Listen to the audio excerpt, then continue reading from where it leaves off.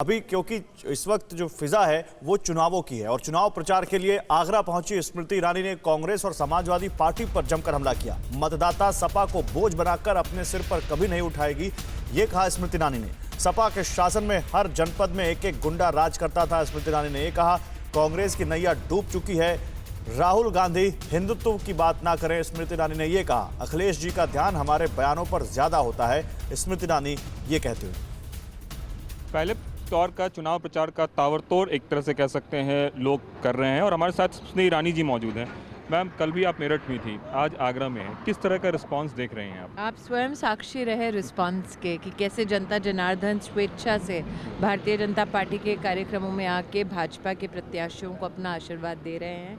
हम प्रफुल्लित हैं कि जनता ने पिछले 5 वर्षों में भारतीय जनता पार्टी की सरकार ने उत्तर प्रदेश में किए गए कार्यों को सराहा है, समर्थन दिया है और आगामी समय में भी जनता भाजपा के कार्यकर्ताओं के साथ प्रतिबद्ध है कि भारतीय जनता पार्टी की सरकार उत्तर प्रदेश में बने। पश्चिम उत्तर प्रदेश में जो आरएलडी और अखिलेश यादव का गठबंधन हुआ है, आपको लगता है कि मतदाता उसको उस तरीके से सिर पे उठा पाएंगे जिस तरीके की परिकल्पना की गई है?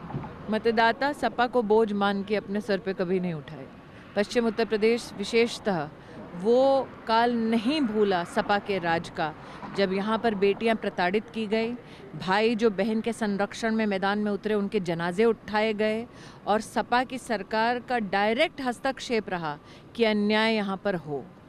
पश्चिमी उत्तर प्रदेश की जनता कभी नहीं भूलेगी कि सपा की सरकार में कैसे हर जनपद में एक एक गुंडा सपा का राज करता था और इसीलिए पश्चिमी उत्तर प्रदेश पूरे प्रदेश के साथ साथ भारतीय जनता पार्टी की सरकार पुनः स्थापित करेगी। मैम, राहुल गांधी आपको कहीं दिख रहे हैं चुनाव में इस बार? आपको दिख रहे हैं?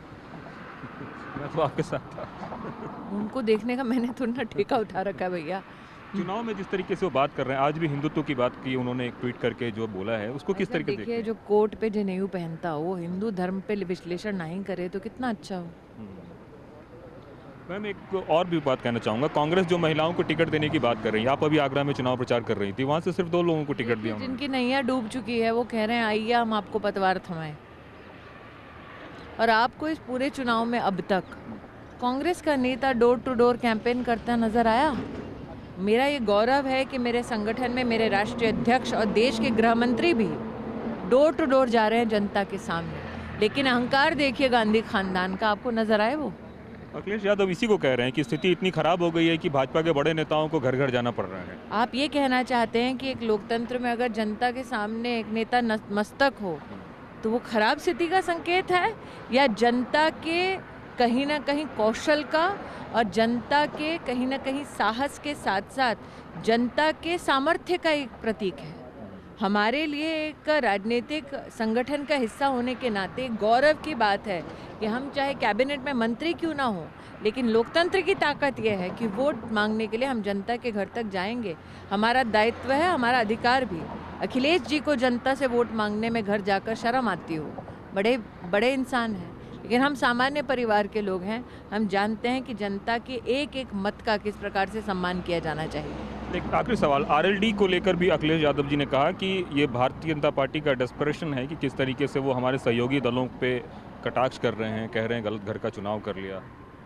देखिए, कहीं ना कहीं अखिलेश जी का ध्यान हमारी स्टेटमेंट्स पे ज़्यादा और जनता पे कम है। तो मैं तो बहुत ही आनंदित हूँ कि पूरा दिन अखिलेश जी यही सोचते रहते हैं कि भारतीय जनता पार्टी के नेताओं के संवाद का वो जवाब कैसे देंगे। ऐसे ही वो अपना पूरा ध्यान हमारे नेताओं के स्टेटमेंट्स पर रखे रहें, जनता का ध्यान हम दे लेंगे। मैम, पश्चिम उत्तर प्रदेश में आप घूम रही हैं, आपको लग रहा है कि पिछले बार से स्थिति अच्छी होगी क्योंकि, या फिर कुछ और परिणाम होगा? क्योंकि किसान आंदोलन को लेकर बहुत तरह की आशंकाएं हैं लोगों के मन में। किसान आंदोलन तब भी था जब जिला पंचायत के चुनाव हुए थे और भारतीय जनता पार्टी को यहाँ पर अभूतपूर्व विजय मिली थी। तो इसलिए मैं आश्वस्त हूँ कि वो उत्तर प्रदेश का नागरिक जो अपराधीकरण नहीं चाहता राजनीति का, वो उत्तर प्रदेश का नागरिक जो विकास चाहता है, वो भारतीय जनता पार्टी का कमल का बटन ही दबाएगा। ठीक, तो ये थे स्मृति ईरानी जो आगरा में काफ़ी जगहों से घूमने के बाद हाईवे पे जो है अपने कार्यकर्ताओं से मिल रही हैं और कार्यकर्ताओं के साथ संवाद कर रही हैं और इस संवाद में इस बात का वो दावा कर रही हैं कि आने वाले दिनों में बीजेपी की सरकार बनेगी। कैमरामैन गजेंद्र के साथ कुमार कुंदन, TV9 भारतवर्ष, आगरा। कोरोना धर्म नहीं देखता, जात नहीं देखता, अमीर गरीब ऊंच नीच नहीं देखता कोरोना।